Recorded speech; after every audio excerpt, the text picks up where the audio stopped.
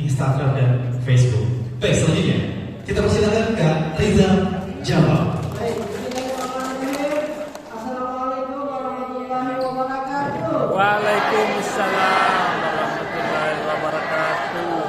Kalau dengan salam ini bukan kayaknya saya bukan di Selayar. Kalau mengetahui saya searching di Google, orang Selayar itu orang-orang yang bekerja keras, orang yang mandiri, orang yang tangguh, yang kuat.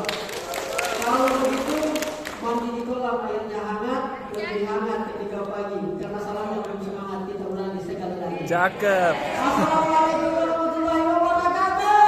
Waalaikumsalam. Izin Pak Ketua, izin Kakak Moderator, saya izin berdiri biar lebih akrab dan bisa lebih menyapa kepada teman-teman.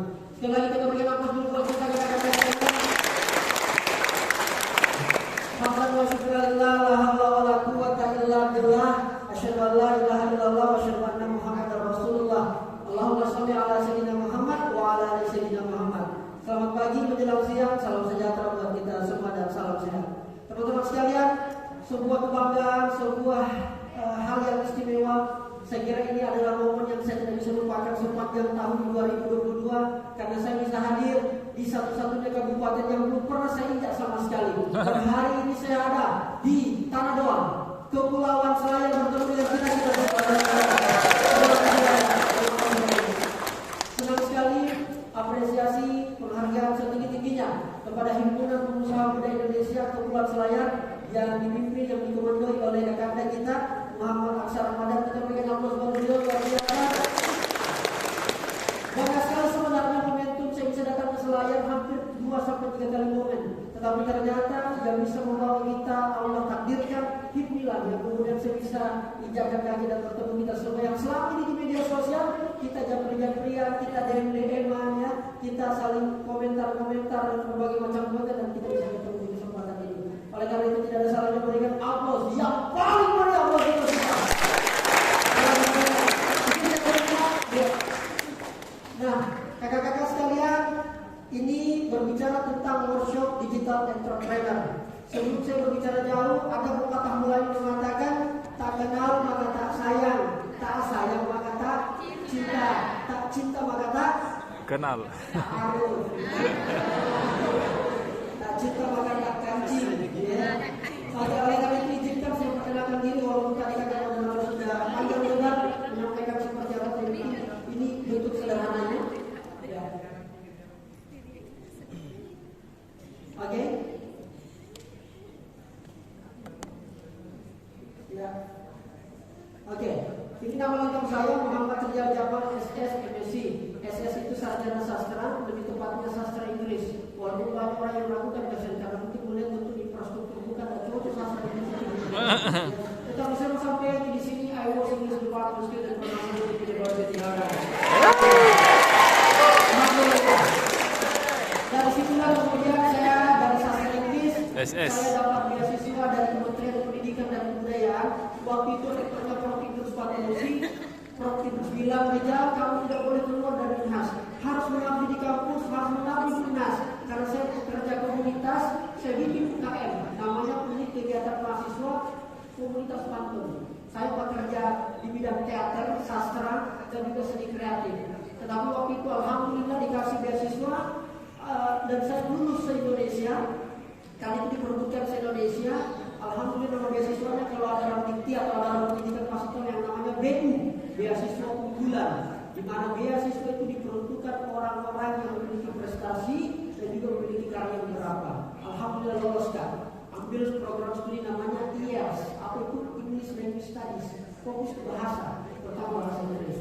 Apa yang terjadi dia? Tidak sampai 1 semester saya resign alias mengundurkan diri. Inilah keputusan paling terberat yang saya lakukan. Masih muda kan? Di saat semua orang menjadi ASN, di saat semua orang menjadi dosen negeri, saya tiba-tiba mundur. Kenapa ini? Karena kenapa? Yang saya mau sampaikan pertama adalah karena passion saya berubah di pertengahan jalan.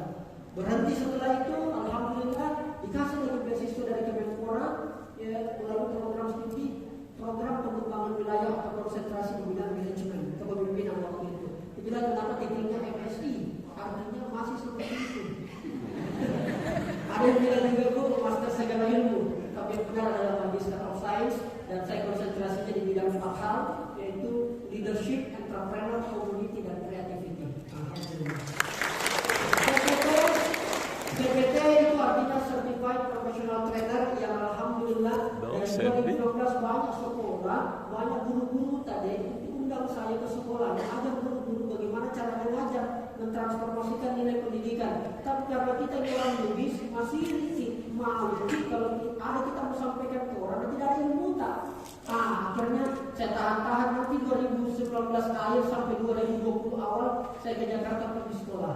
Ambil itu Certified Professional Trainer supaya ada lisensinya dan konsentrasinya di cuma 3 bidang: public speaking, motivation, dan juga content creator. Alhamdulillah. Jadi pekerjaannya cuma 3 kakak-kakak sekalian: content creator, public speaker, dan juga creative planner. Sebentar kita bahas apa itu creative planner karena kita akan banyak bicara soal itu. Lanjut, saya senang sekali berinteraksi di media sosial. Ini Instagram saya, mungkin salam kenal yang dulu kita saling berinteraksi. Ini namanya Cathedral System. Nah, saya pernah kerja di TV, ya, sama dengan Pak Ketua punya TV di Selayar luar biasa. Saya pernah kerja di TV karena dari semester 3 saya punya orang tua itu sudah tidak mampu biayai. Bukan sebenarnya tidak mampu, tapi tidak mau lagi membiayai. Saya satu-satunya yang notabene mau tidak mau, walaupun saya kurus tapi bahunya sangat besar. Iya, bahunya sangat besar, banyak sekali kita banyak sekali beban. Banyak yang ingin bersandar. Adik-adik, kakak-kakak, bapak ibu sekalian, saya harus melakukan lebih dibanding orang lain. Saya sadar bukan anaknya siapa-siapa, bukan keturunannya siapa-siapa. Saya cuma anak kampung, anak desa yang coba mau berpikir besar dibanding anak-anak usia waktu itu. Dari mau tidak mau, saya kuliah sambil kerja. Nah, kerjanya di TV. Kenapa di TV? Karena berhubungan dengan kreativitas. Saya senang dengan kreativitas. Saya senang berpikir hal-hal yang menantang. Karena kreativitas itu adalah orang-orang yang suka kreatif itu pasti suka tantangan. Kalau orang tidak suka tantangan, pasti mati masuk ke wilayah-wilayah kreativitas. Alhamdulillah. Makanya tidak semua di TV saya bisa ungkapkan. Saya bikin lagu itu. Alhamdulillah. Di awal-awal agak susah, tetapi kadarullah, berkat niat, berkat kegigihan, berkat take action more, alhamdulillah. Sekarang film ini sudah 250.000 subscriber dan sudah punya penghasilan dari sini. Alhamdulillah. Nah, coba angkat tangan yang punya TikTok. Oke. Tepuk tangan yang tidak punya TikTok.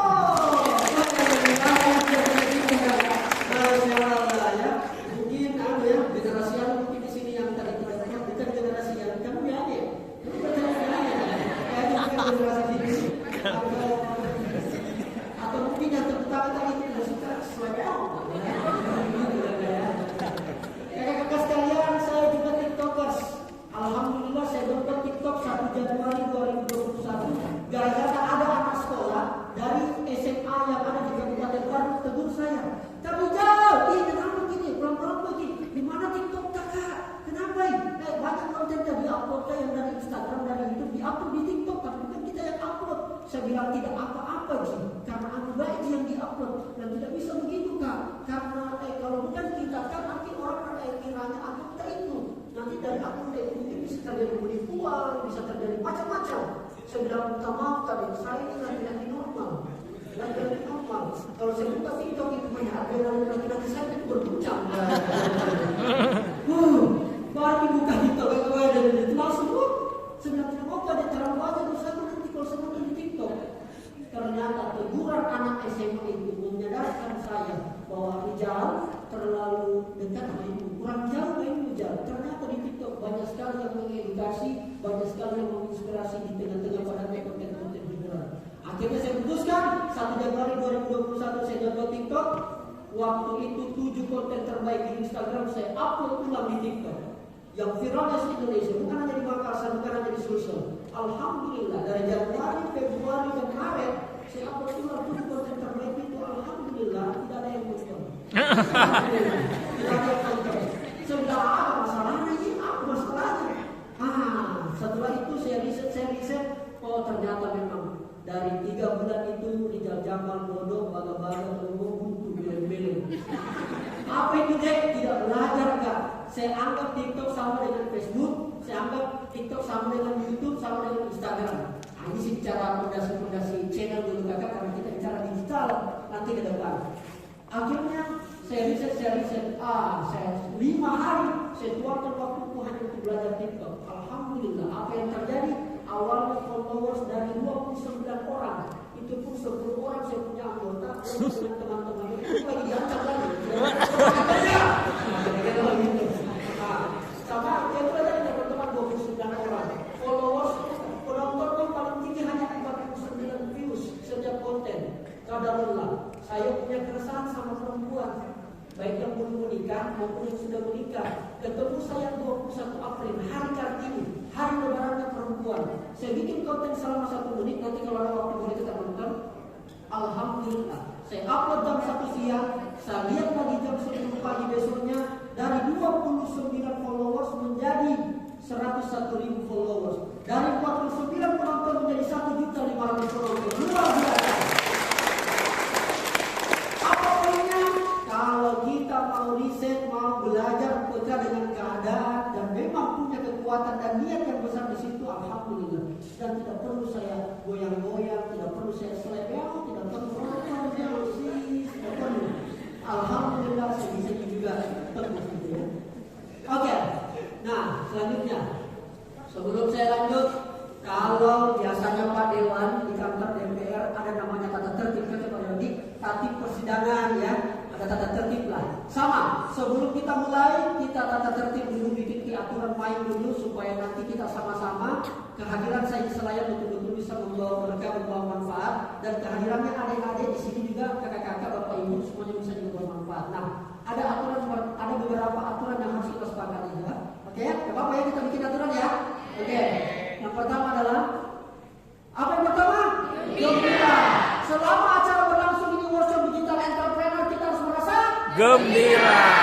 Masih ada di belakang gembira mulutnya tapi bukannya gembira. Bilang Anda datang. Kalau kita bilang gembira, ekspresi kita juga harus gembira. Oke, kita harus merasa gembira. Oke, kita ulang coba. Kita harus merasa apa? Gembira. Betul itu. Bu, kenapa kita harus gembira? Karena manusia memiliki 2 belahan otak, otak kiri dan otak. Otak kiri fungsinya merasa. Padahal di sini orang suka makan ikan. Tadi malam saya diajak sama Pak Ketua itu makan nasi santan. Woi, ikan bakar, coba-coba belutu, kacangnya. Saya langsung mau bikin usaha nasi santan nanti di Makassar. Khusus untuk orang-orang Selayar yang ada di Makassar. Nah, kenapa kita harus gembira? Karena manusia memiliki 2 belah otak, otak kiri dan otak kanan. Otak kiri fungsinya adalah angka, logika, statistik, hitung-hitungan. Jadi yang suka hitung-hitung uang, otak kiri bagus itu. Otak kiri itu, pokoknya mata duit kan itu. Otak kanan fungsinya kreativitas, imajinasi, seni, bahasa. Itu otak kanan. Nah, rata-rata orang yang sukses adalah karena sebelum memulai sesuatu, aktifkan dulu otak kanannya. Dengan merasa apa? Gembira, bahagia. Oleh karena itu syarat yang pertama kita harus merasa apa? Gembira. Oke, syarat yang kedua partisipatif. Syarat yang kedua apa? Partisipatif. Kenapa kita harus partisipatif? Hasil penelitian pembicara dunia, apabila terjadi ruangan seperti ini, apabila peserta hanya mencatat dan mendengar, maka maksimal dia hanya akan mendapatkan materi 20% dari yang disampaikan. Apabila peserta mencatat, mendengar dan hanya melihat slide, maka maksimal dia hanya akan mendapatkan 30% dari materi yang disampaikan. Tetapi apabila peserta mencatat, mendengar, melihat slide dan terjadi interaksi dengan narasumber, maka minimal paling sedikit akan mendapatkan 50% dari materi yang disampaikan. Oleh karena itu syarat yang kedua adalah partisipatif. Yang terakhir, apa yang terakhir? Responsif. Kenapa kita harus responsif? Saya harus menempuh perjalanan kurang lebih 5 jam dari Makassar ke Bira untuk Purba. Harus menempuh perjalanan laut 2 jam untuk datang ke Selayar. Tiba lagi di pelabuhan, pelabuhan apa namanya? Pamatata. Itu kurang lebih 1 jaman untuk sampai di Benteng, ibu kota Kabupaten Kepulauan Selayar. Saya datang di sini menginvestasikan waktuku, mengorbankan pekerjaan yang ada di Makassar. Moga ketemu sama kita semua. Kakak-kakak, bapak ibu juga semua datang di ruang pola ini. Pasti kita investasikan waktu kita untuk ini. Kita korbankan pekerjaan kita, kita korbankan kesenangan kita.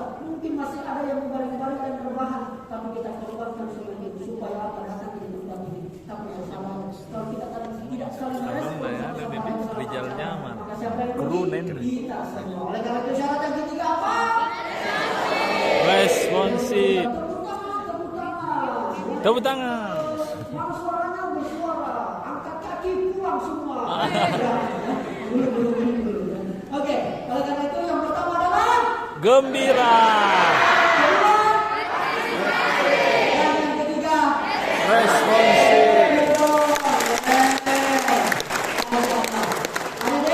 ini perjalanan singkat saya. Saya berawal dari bekerja komunitas, komunitas. Seandainya itu KTP bisa dikasih pekerjaan, maka pekerjaan saya adalah pekerja komunitas. Saya berawal dari punya sepatu, alhamdulillah saya orang teater, bikin teater namanya Ambo Indo. Dari teater kesenian inilah saya bertemu dengan Syahrul Yassin Limpo, bertemu dengan Ilham Arif Sirajudin, saya bertemu dengan beberapa bupati, kolega-kolega, dan saya main teaternya di elit-elit, di pejabat-pejabat. Karena kenapa? Saya suka mengkritik, tapi ada nilai hiburannya. Saya bermain teater, jadi MC, belajar dari MC, belajar dari moderator, belajar menjadi seorang yang ingin tumbuh percaya diri, berawal dari sini. Setelah itu alhamdulillah gara-gara pantun saya ketemu dengan Bapak Presiden Joko Widodo. Alhamdulillah. Ketika pertama kali Pak Jokowi datang, alhamdulillah dibuat di berita, di harian berita Kota Makassar. Gara-gara kreativitas, saya gabungkan kesenian, gabungkan kebudayaan. Alhamdulillah mengantarkan saya ketemu dengan Pak Jokowi waktu itu. Saya kuliahnya di UNHAS, Fakultas Ilmu Budaya. Nanti adik-adik yang anak SMA, kalau mau kuliah nanti ke depan mau masuk UNHAS, jangan lupa kontak-kontak saya lewat Instagram, mungkin minta motivasi, mungkin minta tips, jurusan apa yang bagus dan sebagainya. Sekarang tidak perlu sebenarnya Anda mau UNHAS, Anda mau kampus lain, mau merah, mau biru, mau kuning, alma maternya tidak ada masalah. Karena yang menentukan hari ini bukan kampus, tapi menentukan dari diri kita sendiri supaya kita bisa berjalan kita harapkan. Terus saya punya namanya komunitas, namanya FKP, Forum Kreativitas Pemuda Sulsel, mengajak anak-anak muda yang mau berpikir kreatif tapi tidak ada temannya. Saya temani kita. Kira-kira begitu. Namanya di situ kita bikin kegiatan. Dan selama 4 tahun terakhir kami konsisten bikin Pekan Raya Pemuda Sulsel. Terakhir tuan rumah kemarin di Kabupaten Pinrang. Mudah-mudahan besok ada rezeki, saya bisa datang lagi singgah, menginjak Nanawa ke Pulau Selayar. Kalau kita bikin festival, bagaimana semua anak muda 23 kabupaten datang di tanah ini. Mudah-mudahan amin. Lanjut. Oke, 2019 mungkin bertanya nih, Kak, kapan kita di kontennya atau bagaimana? Pertama kita mulai?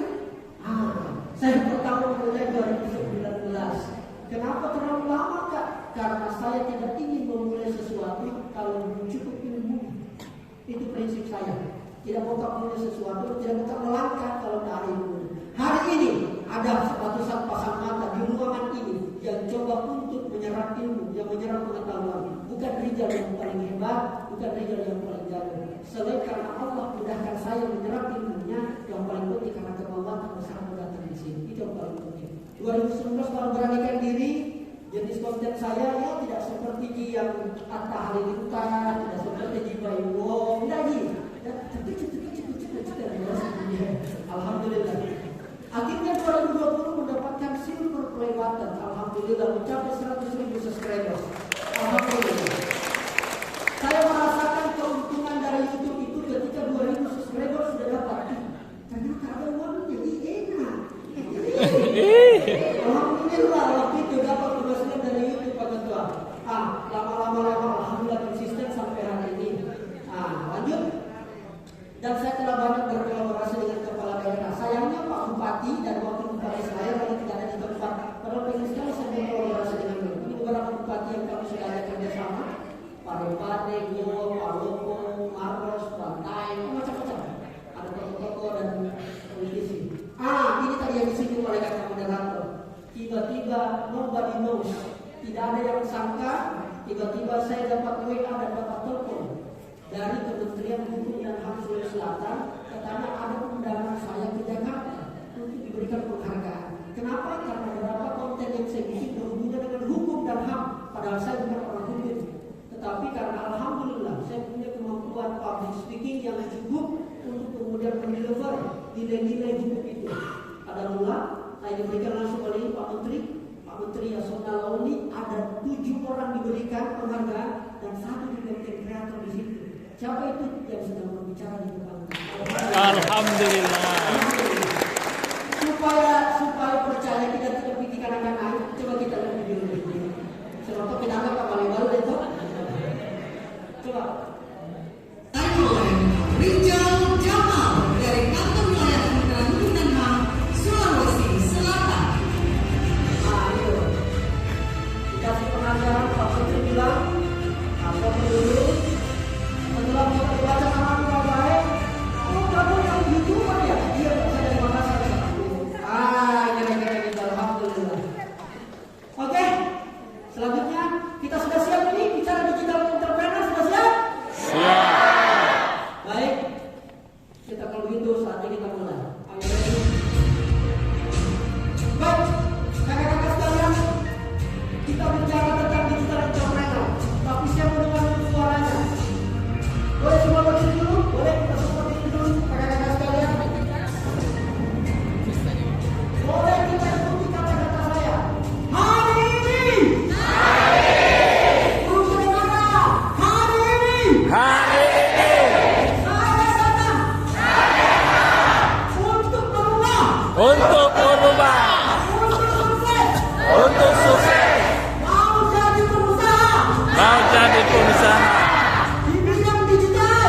di bidang digital, Di bidang kreativitas. di bidang kreativitas, Dan saya percaya. dan saya percaya Sesaat lagi. sesaat lagi Saya wujudkan itu. saya wujudkan itu. Sukses. Sukses.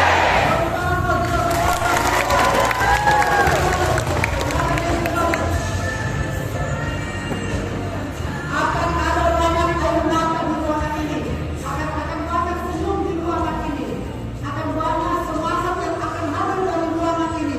Dan insya Allah bernama Kepulauan Selayar kita akan siap bicara dengan semangat digital entrepreneur kita. Oleh karena itu kakak-kakak sekalian, mari kita mulai.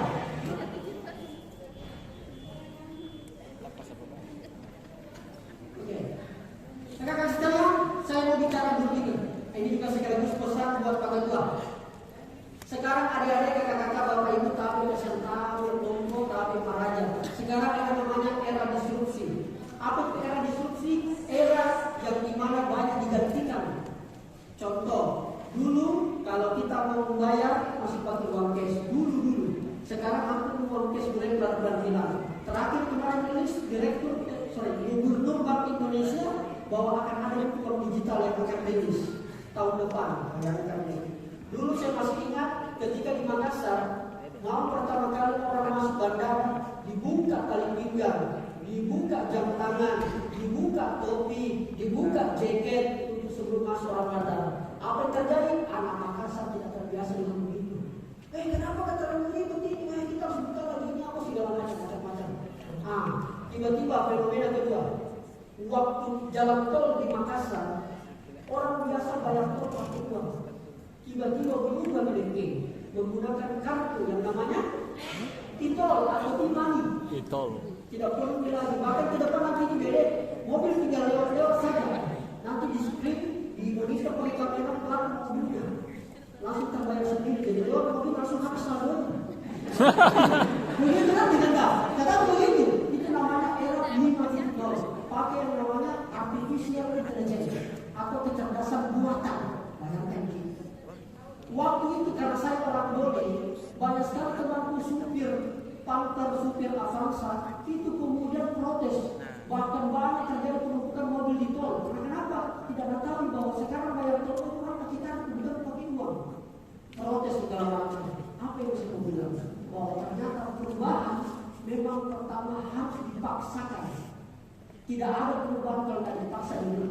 Saya kalau saya tidak paksa diriku, tidak bisa katakan kesalahan. Tidak mungkin saya jadi konten kreator. Tidak mungkin saya bisa diundang kalau tidak saya paksa diriku. Orang tidur, saya lagi belajar.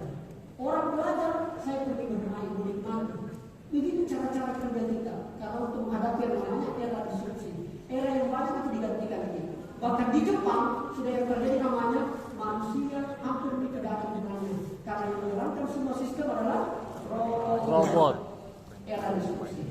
Pertanyaannya, bagaimana ciri-ciri era disrupsi kerja? Inna. Satu, digital. Yang satu adalah Digital. digital. Apa itu? Semua sistem terkoneksi dengan digitalisasi. Hari ini mungkin tidak ada lagi yang tidak punya handphone. Hampir semua kita mungkin punya media sosial. Hampir kita punya WA. Sekarang yang namanya sistem digital. Nah, gara-gara sudah pindah sistem ini dari konvensional ke digital, maka semuanya orang akan berubah kebiasaannya, berubah habitnya, ya kan, berubah cara menulisnya gara-gara ada era digital. Tetapi dan yang paling penting adalah ciri-ciri siapa penggunanya ini kan digital, siapa penggunanya digital. Tapi penggunanya digital adalah ini. Kebanyakan adalah milenial. Itu kenapa Pak Ketua undang ke sini, ya, karena berbicara tentang milenial bukan hanya berbicara tentang usia, tapi berbicara tentang mindset, bicara tentang pikiran. Oleh karena itu, semua yang ada di sini adalah pelaku utama digital. Pertanyaannya, kita mau sebagai pemain atau sebagai penonton? Pemain. Pemain. Kita mau sebagai pemain. Nah, sekarang kita lihat lagi. Pakar Dunia mengatakan 2030 nanti semua serba digital di dunia. Tidak ada lagi serba manual. Tapi alhamdulillah datang teman tak bernama Corona yang sangat gagah dan cantik. Datang yang namanya pandemi, merubah semua kebiasaan. Dulu orang belajar itu menggunakan tatap muka dulu. Sekarang ada yang dikenal dengan istilah Zoom meeting. Hampir semua mungkin mahasiswa ada aplikasi Zoom-nya. Ada dulu seminar menjadi webinar, ya kan? Webinar. Sekarang banyak orang yang menjadi generasi Zoominar. Zoom. Cukup 3 hal ini era disrupsi. Kuliah di Zoom digital, sampai milenial, pasar pandemi, berubah tatanan hidup. Betapa luar biasa ini. Sekarang muncul pertanyaan, Rizal, apa yang harus kita lakukan? Tidak ada jalan lain. Ketika banyak pandemi, banyak usaha dihentikan. Tetapi ternyata di Makassar banyak anak-anak sudah launching cafe, launching startup, launching usaha A, launching usaha B. Termasuk saya, gara-gara pandemi saya bikin konten bernama podcast. Alhamdulillah, sekarang bukan lagi yang saya besarkan podcast itu, tapi podcast sendiri yang besarkan saya, dan alhamdulillah ada penghasilan, ada nilai ekonomi dari situ. Artinya apa? Semua tadi ini diikat yang namanya kreativitas dan bisa bernilai ekonomi. Selanjutnya. Nah, oleh karena itu, satu-satunya cara untuk bertahan dengan era disrupsi agar kita mampu survive adalah, boleh dibaca? Entrepreneur. Adik-adik ini dari SMA mana? Entrepreneur artinya apa? Wirausahawan, betul sekali. Entrepreneur itu banyak jenisnya. Kalau kita baca ini, pertama ciri-cirinya orang yang jeli dalam membuat produk baru. Ciri yang kedua mencari peluang, mengatur keuangan. Yang ketiga seorang yang jeli dari. Artinya apa? Yang saya sampaikan dari karakter orang ini, entrepreneur ini punya sesuatu daya juang dibanding manusia lainnya. Sekarang pertanyaannya, adik-adik sekalian, kalau sekarang ada yang menjadi entrepreneur, misalnya ada beberapa produk UMKM di sini, masya Allah, sebentar habis acara kalau ada waktu Ketua, kita datangi dan kalau bisa kita beli, ya, supaya memberdayakan teman-teman pelaku UMKM. Kualitas apa yang dimiliki oleh wirausahawan yang menjadikan mereka berhasil? Ternyata punya faktor uang. Apa itu? Ternyata mereka tidak melakukannya untuk uang, mereka memiliki passion. Apa? Fashion. Bukan fashionnya, bukan pakaiannya.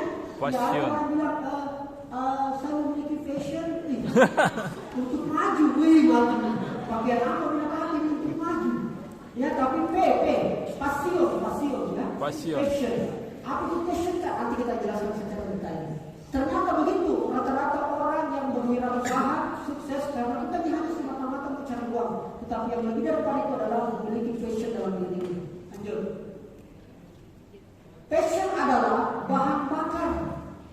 Percuma kita punya motor besar, motor N-Max, motor X-Max, motor besar, kalau tidak ada bensinnya, tidak ada pertalite-nya, maka tidak bisa jalan. Nah, sama dengan sesuatu, biar ada ide, tapi kalau tidak punya passion di situ tidak bisa, karena passion adalah bahan bakar. Kenapa kalau kita jalankan passion, tak ada sesuatu kepuasan yang bisa kita hasilkan, dan itu ciri entrepreneur. Lanjut. Nah, ini yang saya mau sampaikan paling penting. Rata-rata saya diundang berbagai forum pertama karena ingin membuka mindset. Karena banyak orang pemikirannya agak keliru, bukan salah, tapi keliru dulu atau begitu. Pertama, kalau kita ingin menjadi seorang entrepreneur, yang saya lakukan adalah pertama saya yakin dulu. Jangan pernah melakukan sesuatu kalau kau tidak yakin. Keyakinanlah yang akan merubah segalanya. Masih ingat cerita tadi? Ketika 2013 saya dapat beasiswa dari Kementerian Pendidikan untuk menjadi dosen. Bahkan saya kuliah, baru 2 minggu kuliah langsung masuk transfer 8 juta. 8 juta itu mau dipakai untuk beli buku. Saya bilang, buku apa mau dibeli 8 juta? Itu. Saya sekolah, saya kuliah sudah dibiayai negara. Karena peraturannya adalah setelah selesai kuliah, wajib mengabdi dan wajib ikuti aturan pemerintah di mana pemerintah menempatkan ini. Rizal, kalau sudah sekolah kemarin itu, pergi kau mengajar di Kalimantan. Pergi mengajar di Pulau Soraya, harus siap. Tapi apa yang terjadi kakak-kakak, bapak ibu sekalian, passion saya berubah. Saya tidak yakin bisa sukses di bidang pendidikan. Saya yakin bisa sukses di bidang entrepreneur, terutama di bidang kreatif. Kreativitas, modalnya kreativitas menjadi seorang pengusaha. Akhirnya apa? Keyakinan. Kak, bagaimana cara jadi tahu itu mau yakin? Berawal dari ide. Ada ide tak? Manusia yang membedakan dengan yang lain karena punya ide, gagasan, berpikir maju. Itu yang kita harus lakukan. Yang kedua, didekatkan melalui hati. Dan yang terakhir, dieksekusi. Itu adalah bagian daripada keyakinan. Ada kata-kata begini. Tapi, mau ada mic-nya? Ada mic? Boleh. Boleh saya minta satu orang di sini, satu orang di sini, satu orang di sini, satu orang di sini. Sebutkan ke alasan kenapa kamu jadi entrepreneur. Coba di sini. Siapa yang berani sih? Angkat tangan. Angkat tangan, angkat tangan. Oke, silakan. Boleh dibantu itu kalau kata. Kira-kira apa alasan kamu jadi pengusaha? Mungkin apa? Jauh saja sesingkat mungkin. Atau mungkin alasan orang lain yang kita pakai tak apa-apa. Nama tak dulu nama tak. Assalamualaikum warahmatullahi wabarakatuh. Salam warahmatullahi wabarakatuh. Perkenalkan, nama saya Rupandi Rahman, saya dari SMA Negeri 1 Senayan. Woi, semua yang bisa menjalani. Oke. Pak baca itu. Ya. Alasan saya kenapa saya mau jadi entrepreneur itu adalah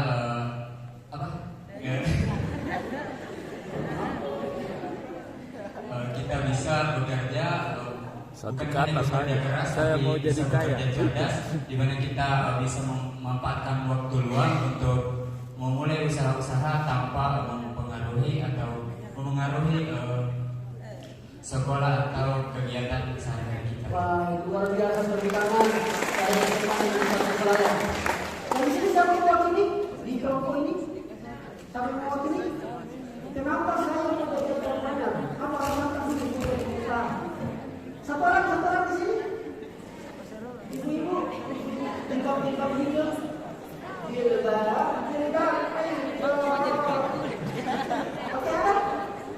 Kalau ada semua hamil. Oke, silakan. Berani. Assalamualaikum warahmatullahi wabarakatuh. Salam. Perkenalkan, nama saya Mas Irfan, asal sekolah SMA Muhammadiyah Benteng. Luar biasa. Alasan kenapa saya mau jadi entrepreneur atau wirausahawan, karena menjadi seorang wirausahawan itu biar tidak membutuhkan ijazah atau kita bisa menjenjang pendidikan yang lebih tinggi, tetapi kita membutuhkan skill.